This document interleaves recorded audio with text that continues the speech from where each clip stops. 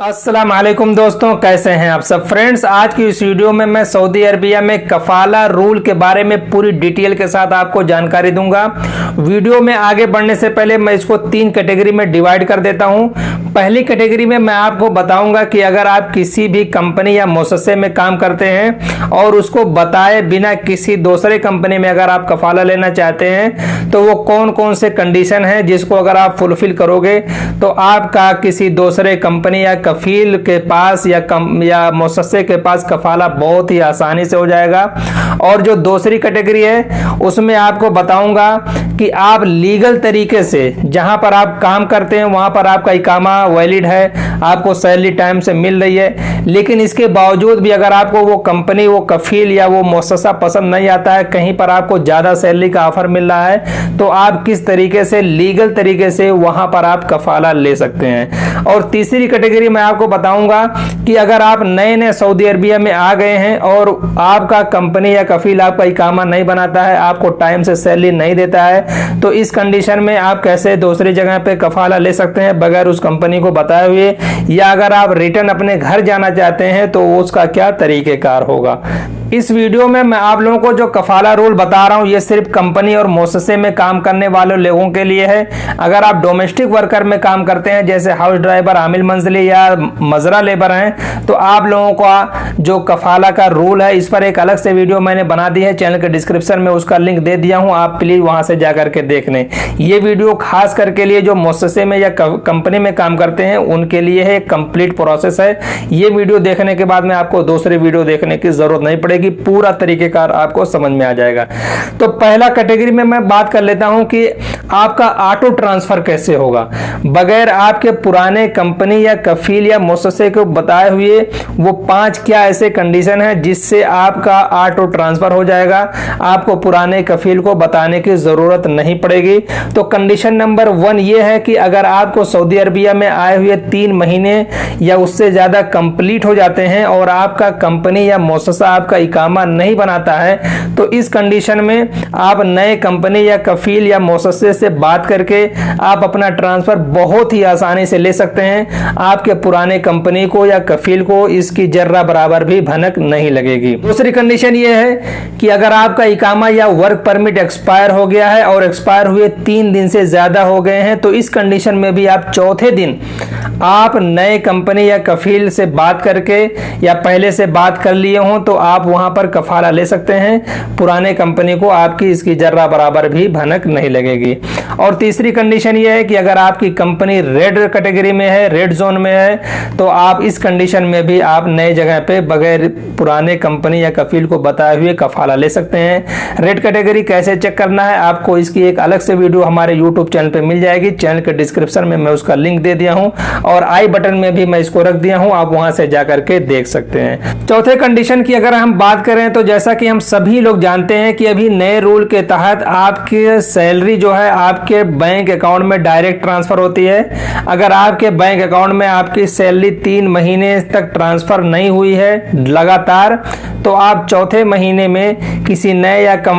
नए कंपनी या कफील के पास बात करके आप बगैर पुराने कंपनी या कफील के परमिशन के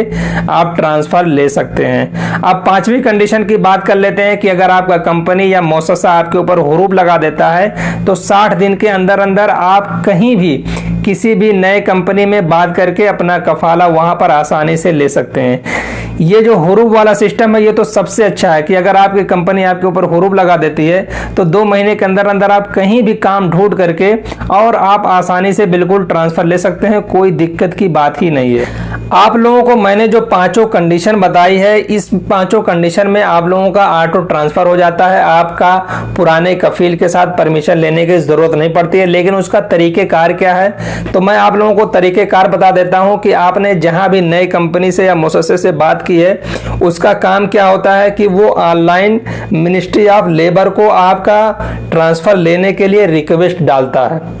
उसके बाद में मिनिस्ट्री ऑफ लेबर उसको ऑनलाइन एक्सेप्ट कर देता है, ओके कर देता है। जब वो ओके कर देता है तो बाकी आपका जो ट्रांसफर फीस है, वर्क परमिट फीस है, इकामा फीस है, ये सब भरने की ज़रूरत होती है। अगर नया वाला कंपनी कफील ये सब जल्दी भर देता है तो आपका ट्रांसफ़र आसानी से हो जाता है। लेकिन इन केस अगर ऑनलाइन ये ट्रांसफ़र नहीं हो पाता है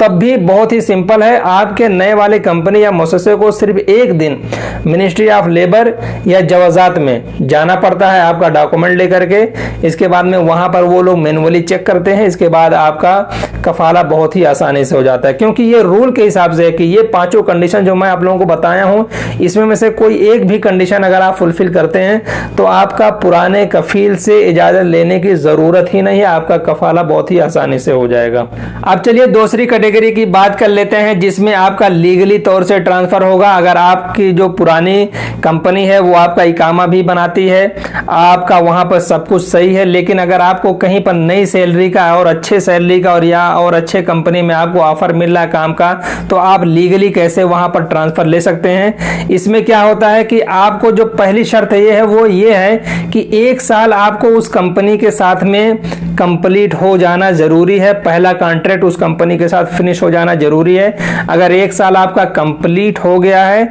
तो इसके बाद में आपका कॉन्ट्रैक्ट फिनिश होने के तकरीबन 3 महीना पहले आपको कॉन्ट्रैक्ट को कीवा में जाकर के ऑनलाइन टर्मिनेट करना होगा। टर्मिनेट करने के बाद में आपके पुराने कंपनी को वो नोटिफिकेशन चला जाता है कि ये बंदा अब हमारे यहाँ कंटिन्यू नहीं करेगा। तो इस कंडीशन में आपको डर लगेगा कि कहीं वो हमारा खुरुज नहाई ना लगा दे, कहीं छुट्टी ना लगा दे या हुरूब ना लगा दे। तो मेरे भाई वो आपका कुछ भी नहीं कर सकता है अगर आपने अपना कॉन्ट्रैक्ट टर्मिनेट कर दिया है। कॉन्ट्रैक्ट टर्मिनेट करने के बाद में आपका जो प्रोसेस है वो मिनिस्ट्री ऑफ लेबर को चला जाता है। ये आपकी पुरानी कंपनी अगर कुछ करना भी चाहेगी तो जब वो कुछ करने के लिए यानी छुट्टी लगाने के लिए या खुरुज नहाई लगाने के लिए जब वो अफसर में जा करके जब वो देखेगी तो आपका जो प्रोसेस दिखाएगा वो दिखाएगा मिनिस्ट्री ऑफ लेबर के अंडर प्रोसेस दिखाएगा। तो इस तरीके से वो कुछ भी नहीं कर सकती है। इस तरीके से जब आपका 3 महीना कंप्लीट हो जाएगा, नोटिस पीरियड जिसे हम कहते हैं, तो उसके बाद में आप कहीं भी नए कंपनी या कफील से बात करके अपने कीवा पर रिक्वेस्ट मंगा करके आप उसको एक्सेप्ट करके वहां पर आप आसानी से अपना जॉब चेंज कर सकते हैं। ये रही लीगल तरीका। इसके बाद में बात कर लेते हैं कि हमारे वो भाई जो नए नए सऊदी अरबिया में आते हैं उनका काम नहीं जमता है, उनका कंपनी अच्छा नहीं निकलता है, उनका इकामा नहीं बन पाता है या उनको सैलरी नहीं मिलती है। तो आप इस कंडीशन में आप भी कहीं बेहतर यही है कि आप कहीं पर काम अच्छा सा ढूंढ लें, किसी नई कंपनी में बात कर लें, वहाँ पर आसानी से ट्रांसफ़र ले लें। ये आपके लिए बेहतर है क्योंकि आप बहुत सारा पैसा लगा करके यहाँ पर आते हैं तो कुछ दिन रुक करके कमा करके दब जाएँ। लेकिन अगर आपका दिल कहता है नहीं हमको रिटर्न फिर से अपने होम कंट्री में जाना है तो बेहतर यही है कि आप लेबर कोर्ट जाएं और वहां पर जाकर के डायरेक्ट आप यही बात करें कि हम जहां पर आए हैं हमारी कंपनी हमको सैलरी नहीं देती है, हमारा इकामा अब तक नहीं बनाई है, हमको डायरेक्ट अपने घर पर जाना है, हमारा घर जाने का प्रोसेस आप कंप्लीट कर दीजिए। तो इस तरीके से बहुत ही सिंपल मेथड से आपका खुरूज नहाई मिनिस्ट्री ऑफ लेबर लगा देगा और आप आसानी से रिटर्न अपने घर चले जाएंगे।